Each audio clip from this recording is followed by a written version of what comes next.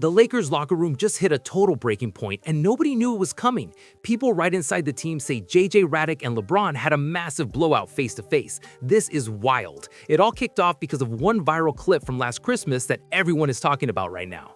I think since we've gotten Bron back, we haven't been as organized offensively.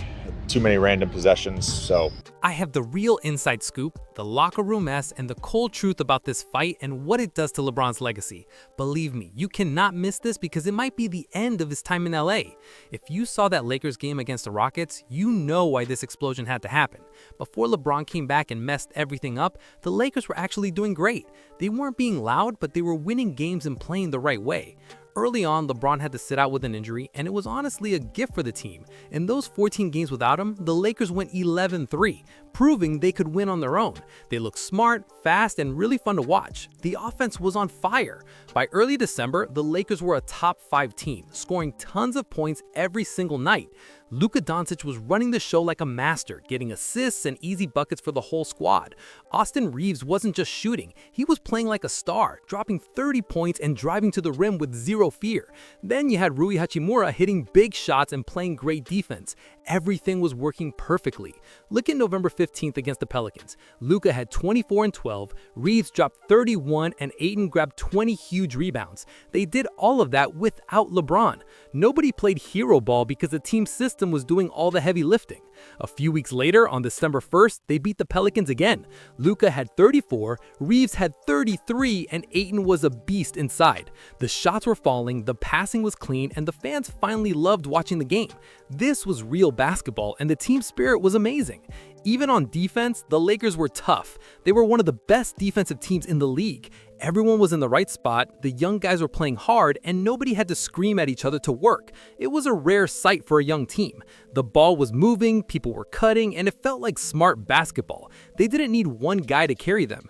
Every young player had a chance to shine without being stuck in someone else's shadow.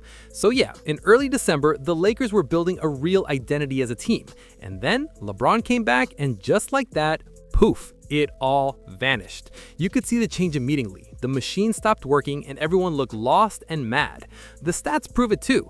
The defense fell apart instantly, going from elite to one of the worst in the league. In his first 6 games back, they went 2-4. They were losing to teams they had easily beaten just a few weeks before. Mid-December was supposed to be great, but it became a disaster. Let's look at the numbers because LeBron won't look at them himself. LeBron was a minus 4.5 on the court, while Luka was a plus 2.6 and Reaves was a plus 2.9. That shows the young guys were helping the team, but LeBron was actually hurting them. Want more proof? When LeBron, Luka, and Reaves played together, the Lakers got outscored by 10 points. Even with 2 rising stars, LeBron's presence was a total drag. That isn't being a leader, that's a ball and chain. The numbers are just brutal. In one game, LeBron had 18 points but was a minus 33. A teammate who scored 0 points was actually better for the team that night. But it wasn't just stats, it was ugly to watch. Instead of playing hard, LeBron was busy yelling at refs and skipping defense while his teammates had to run around trying to fix his mistakes.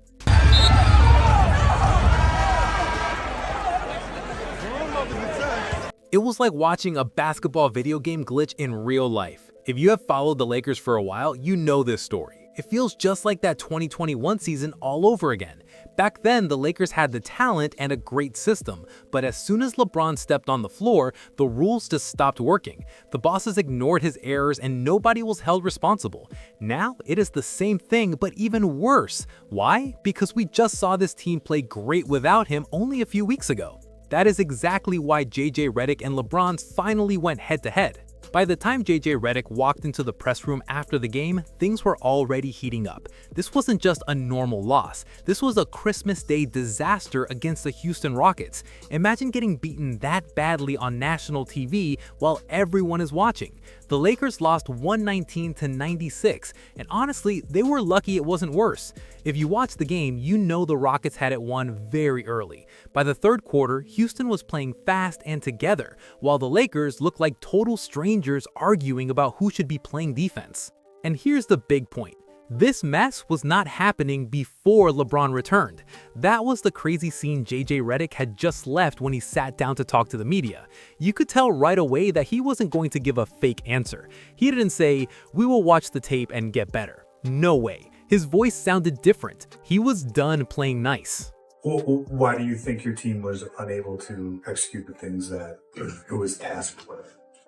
Because we don't care enough right now.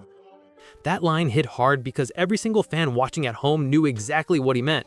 And then he didn't back down. He actually doubled down on it. It's a matter of making the choice. And too often we have guys that don't want to make that choice. And it's pretty consistent who those guys are.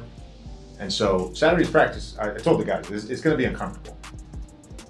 The meeting is going to be uncomfortable. I'm not doing another 53 games like this.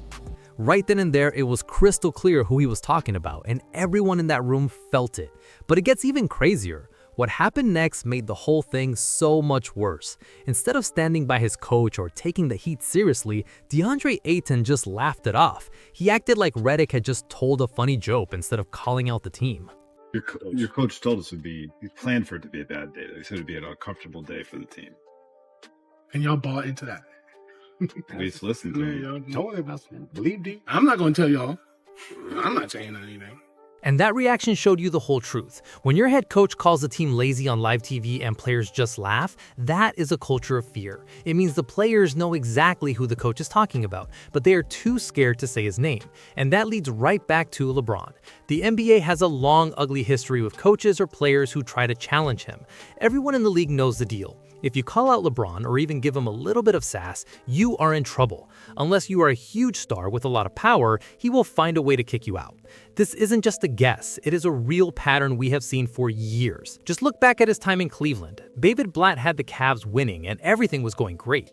But as soon as he and LeBron didn't get along, Blatt was fired in the middle of the season. The team was at the top of the standings, but it didn't matter. All LeBron had to do was run to the front office and the coach was gone. Then it happened again with the Lakers. Frank Vogel won a ring in 2020, but when the team started losing, LeBron didn't take the blame as the leader. Instead, Vogel was the fall guy and he got fired. Even Eric Spoelstra, who is a legend now, almost didn't make it past LeBron.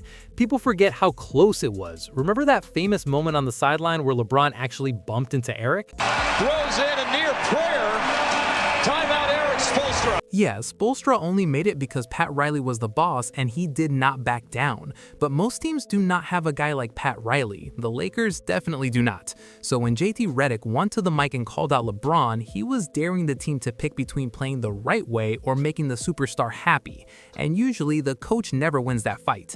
That is why this press talk felt like a bomb went off. This wasn't just him being mad, it was a plan. Redick picked that moment because the whole world just saw the same mess he did. And honestly, fans are sick of this NBA style where coaches have to protect the stars. Redick put hard work and being a pro above everything else. That is the #1 rule you're not supposed to break in the NBA. It felt brave and wild at the same time. For once, someone inside the Lakers was treating LeBron like a normal player and not some king who can't be touched. But in this league, that always brings trouble. The real question wasn't if Redick was right, we all knew he was. The question was if he would be allowed to keep his job for being right. While Redick was being tough, the players weren't backing him up. You could feel the fear in the locker room. The secret rule was back: do not cross LeBron. That fear of speaking up is what has been killing the Lakers for a long time, and it's not a secret. Remember when DeAndre Ayton said that not everyone feels okay telling LeBron what to do on the court? Not everybody could go up to LeBron and think they could tell LeBron how to do certain things. And at first, yeah, it sounded like regular locker room talk, but now it hits differently because Ayton is one of LeBron's main guys. So if even he is holding back, you know the fear runs deep. And it's not just him. The whole league is talking about how LeBron being there stops anyone from being held responsible. The numbers prove it. Meanwhile, Luka Donic is the total opposite. He is one of the best things the Lakers have right now, but he plays like he's still hungry to prove himself. He listens, he plays hard, and he makes everyone better. He's only been here a year, but he doesn't have to act like a boss to get respect. He earns it by playing smart and holding himself to a high standard. That is why Redick snapping was so important. He was breaking a system where people were allowed to make mistakes and give excuses. Lakers fans are now asking the bosses to focus everything on Luka, and you can't blame them. When Luka got to LA, the team was already a mess because of the LeBron chaos. Luka didn't just join a team, he stepped into a room where everyone was scared of LeBron. From day one, he showed he was here to win for real. The team traded for him in a move that shocked everyone and then gave him a huge $165 million deal. That was a message. Luka is the future.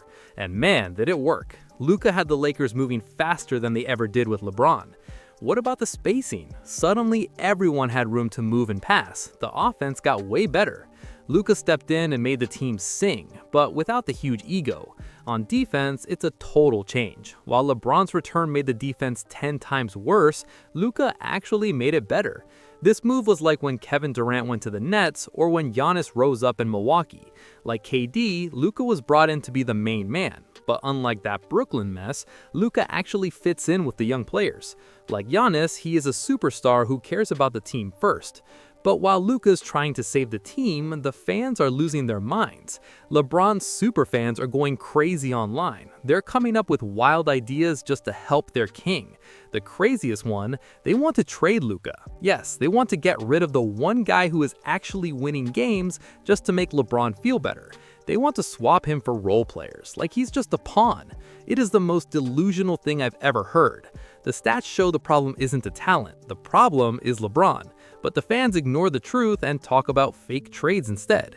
Even the Lakers' bosses are starting to see it. They are making moves now without even asking LeBron what he thinks. Luka is becoming the real power on this team. And if you think this is just a normal, old superstar phase, think again. This is different. Look at Kevin Durant in Brooklyn back in 2021. That team had KD, Kyrie, and Harden. It was supposed to be a dream, but it had issues. However, at least their defense didn't totally fall apart. KD was back for the flow, but LeBron is destroying the team's defense while pretending everything is fine. Then there's Allen Iverson with the Sixers. He could score from anywhere, but he was famous for being bad on defense too. The Sixers made some big playoff runs, but Iverson's lack of hard work was famous. Still, people let it slide because unlike LeBron, he wasn't the highest paid and most protected guy on earth. Shaq in 2007 was getting older and dealing with injuries and drama with Kobe, but even that never got so bad that his coach called him out in front of the whole world. Redick calling out LeBron on Christmas Day is one of the only times a coach has ever shamed a superstar like that publicly. And I know what you're thinking. If it's this bad, why is he still the main guy? Well, LeBron might not care about making the team better, but he is a master at making himself look good. From movies to ads and social media, he is a walking brand, and the NBA is just his stage. But here's the wild part. The more people see that King James version of him, the more it hides what is actually happening on the court. His media team keeps pumping out stories so people don't see the disaster he brings to the team. Now look at Luka Doncic. He landed in LA with zero drama, no cameras following him around, and no fake media hype. He doesn't need hype. He earns it by playing ball. Unlike LeBron, the media can't fake his story because his stats and defense do all the talking. Fans are already calling Luka the new face of LA basketball. Meanwhile, LeBron's media machine just feeds itself. Fans argue if the team should do everything for him. It is his fame that is making basketball decisions instead of his basketball making him famous.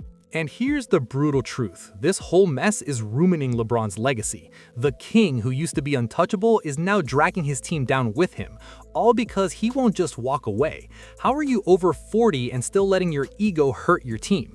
Compare that to MJ or Kobe. Those guys did not care about being comfortable. Being responsible wasn't a choice, it was the law. If you messed up, they fixed you right away. They always gave 100% and the team always came first, every single time.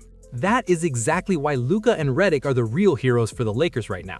First, Luka is young and works hard. He is doing what this team needs, leading by example. And Redick is the firecracker calling everyone out and making people take the blame when they mess up.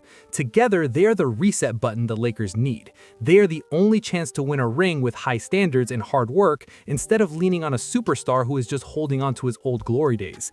This shouldn't be about ego, it's about survival. The Lakers need to stop pretending a 41-year-old can carry this team. It is Luka's time now. The bosses and the fans have a choice. Keep babysitting LeBron and watch the team fail, or put Luka at the center and demand hard work. The question isn't if the Lakers need to change. The question is if they are brave enough to let the real leader run the show.